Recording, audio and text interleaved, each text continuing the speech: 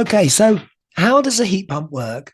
And this is a simple version. I do meet some non-technical people, and they're sort of quite baffled by the whole idea. I mean, how can you possibly take heat from something that's cold? And you're not wrong. Intuitively, it makes no sense whatsoever. Now, of course, a lot of things we don't need to know a lot about. I mean, I don't know really how a computer works. I don't really care. I use one and I'm happy enough with that. But for some people, it seems they like to know a little bit more because it just seems to defy logic. So I think there's a few things that I could share that might help some people. So let's have a go. There's a lot of things we read that are grossly exaggerated, bad information, really. So it's quite hard to know what to trust. But this is sort of just dead straight, simple science and hopefully in an understandable way. So let's have a look. There we are. So here's a temperature scale, and this is the sort of temperature range we experience in our lives. Boiling a kettle up here at the top of the scale, body temperature in the middle, and we tend to live in rooms around here, 21 degrees, 70 Fahrenheit. Water freezes down here, and then our freezer might be at sort of minus 18, minus 20, 0 Fahrenheit. So this is what we're vaguely familiar with. Now, in the past, scientists didn't really know how cold you could get. They didn't know what happened. In fact, they didn't really know what cold was. I mean, was cold the opposite of heat and the two cancelled each other out? What was cold? What was heat? And it took quite a long time for there to be a consensus and people agree. But in fact, there's not really such a thing as cold. No one really, of course, realized at first that we're making that assessment as warm-blooded animals. So we're just comparing it to our own heat, our own body heat. Anything below our temperature, we see as cold. So let's look at a slightly more scientific temperature scale. And that's this one, which is the absolute scale. Now, back in the past, they didn't actually know how low you could get. And then experiments were done and everything seemed to point to a sort of a minimum temperature, which they couldn't achieve then, but it seemed to be around the 270-degree mark. And this is now sort of the accurately known scale. And scientists have got to within minus 273, minus 460 degrees Fahrenheit within a very small amount in a laboratory. So if we look at this scale, we can see the difference between, for example, our body heat and temperatures around freezing are not as great as we think. And I'm going to give you two examples here. This is the absolute, the real temperature of a room at, say, 21 degrees at 70 Fahrenheit and temperatures around 0 outside. Now, there's only about 7% difference in energy content there. Now, there's no way anyone would intuitively guess that the difference between those two are so small. I mean, we are evolved because we're warm-blooded animals. We've evolved for survival. We've been sort of programmed so that temperatures below freezing outside are sort of painfully cold, and also likewise to stop us overheat. Temperatures around 45 degrees Celsius are sort of painfully hot for good reason. So we got a very distorted sense of temperature. So if we take that on board, we realize that, in fact, there's a lot of energy content in things that we think are cold, plus the fact that maybe the 0-degree label has made us think there's nothing there. They're, of course, just artificial things that scientists decided to use as a datum point. There's no point in having a scale starting at minus 273 for daily use. So that gives us the idea that there's a lot of potential heat energy in things that seem to us really cold. And what a heat pump does, as we'll come to in a bit, it sort of takes some of that heat, transfers it to where we want it, and appears to get something for nothing. So the other thing to consider really is what heat is about.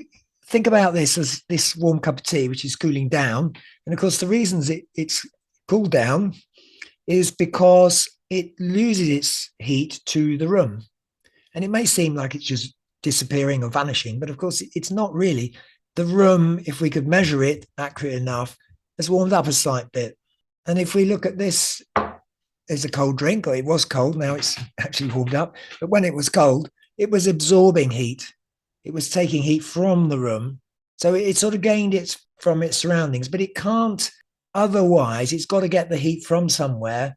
Likewise, it can't lose the heat without it going somewhere. It's a sort of heat is what I'm trying to say. There's a finite amount of heat in things. They can transfer between each other, but they can't sort of vanish or appear. Now we can make heat. If we rub our hands, that's friction. We're doing work, and that's generating heat. The same if we use a bicycle pump. There's compression of a gas, and that's compressing, making heat. I know some people use that as an explanation of how a heat pump works, but it's not really. It might be part of it, but it's not the whole picture. So that is just doing work and producing heat. So there's no net gain there. It's just generating heat by doing work on something. But with a heat pump, we're doing a bit more than that, which we're going to come to in a minute. So, well, let's come to the heat pump straight away. Here we are. Okay, so let's get straight to looking at a heat pump. Now, this is a cross section of a fridge. You all have a heat pump in your kitchen. It's a fridge. It's exactly the same thing. And what it's doing is it's transferring heat really in the opposite direction than heat normally travels. So it's taking it from something that's already cold or making something cold, effectively pumping it out the back. So I don't feel I need to go into too much into the ins and outs of exactly how that works, because I'm sort of trying to put across the concept here.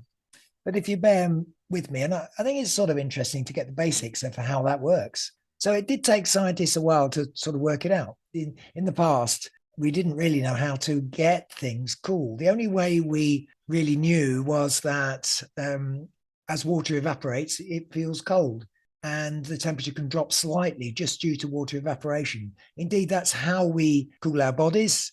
When it's hot, we perspire, our skin gets wet and it evaporates, and that's how we cool down. So evaporation is a method of cooling, and we may experience this in everyday life.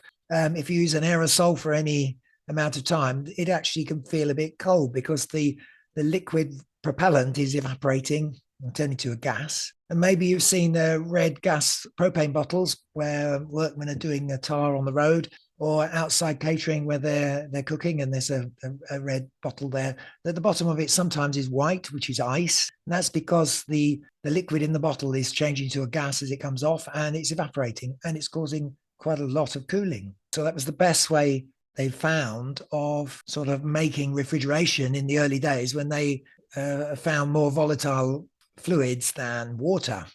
And interestingly, the technology hasn't changed, or the principle hasn't changed in the slightest. This is the most efficient process for fridges today. So what we've got, let's just have a little look here. We have the ice box inside our insulated fridge. And we've got this little mechanism, get it going, which has got a pipe system. We've got what we call the ice box here, and the pipes go through the compressor, and that is all that is really a glorified electric bicycle pump. It's a piston and electric motor, and it's causing a pressure difference, a higher pressure here and a lower pressure here.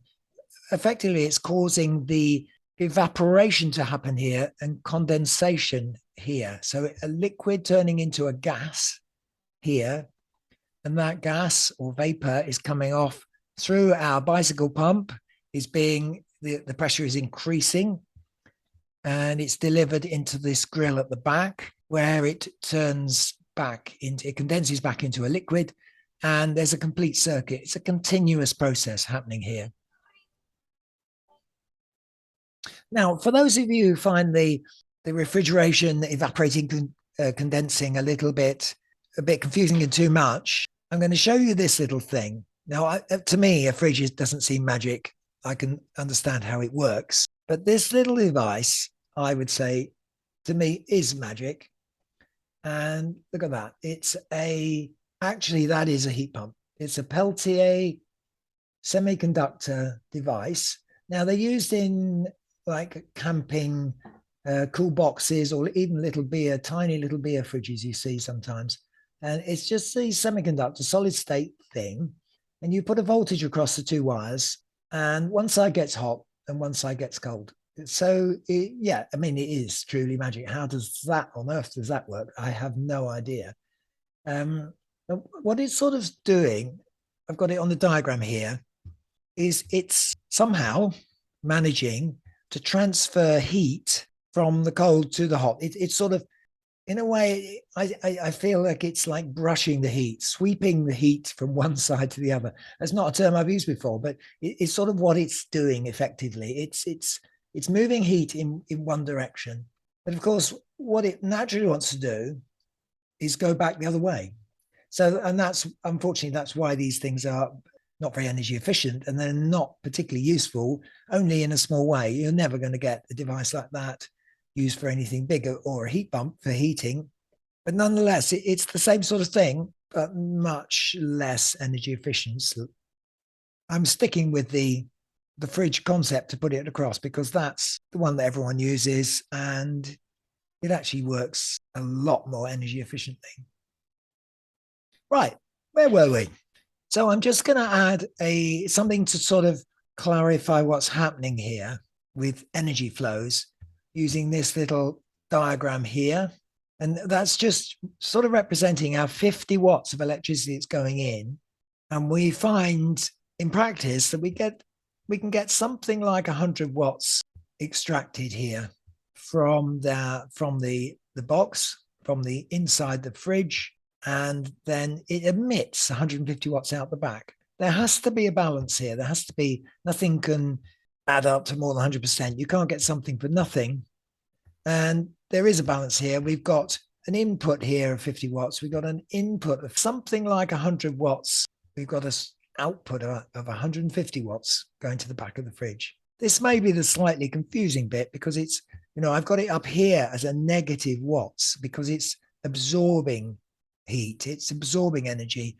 If it was hot, it would be emitting it, we're giving it off. So it's an input. And of course, what does happen is there'll be heat going through the insulation all the time. And the total heat going into that insulation after a steady state is reached will be 100 watts. It all will balance out. So what's this got to do with heating? Well, let's just simply convert this to become a useful heating appliance, a heat pump. And we'll do it like this.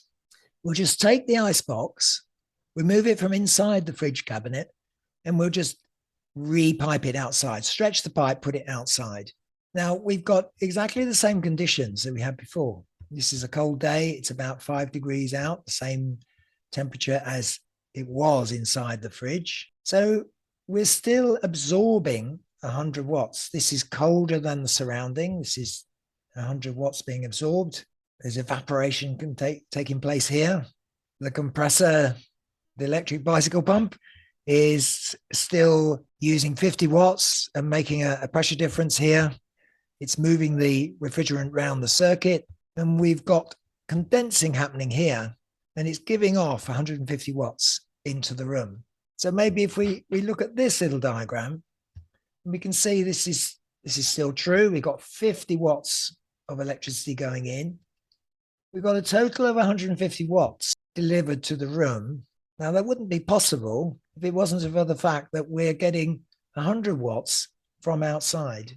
Now, thinking back on our original assessment of heat, we maybe now can appreciate that even if it's zero outside, there's still a lot of heat energy there. And of course, there's no way that we're going to cool the outside down because it's so vast. Theoretically, we are cooling it down slightly, but we'd never be able to measure it. So that's the basics of how a heat pump works. I hope it's useful. It still doesn't quite make sense. So let me know and I'll have a think about it. I hope that might have helped some people. Thank you.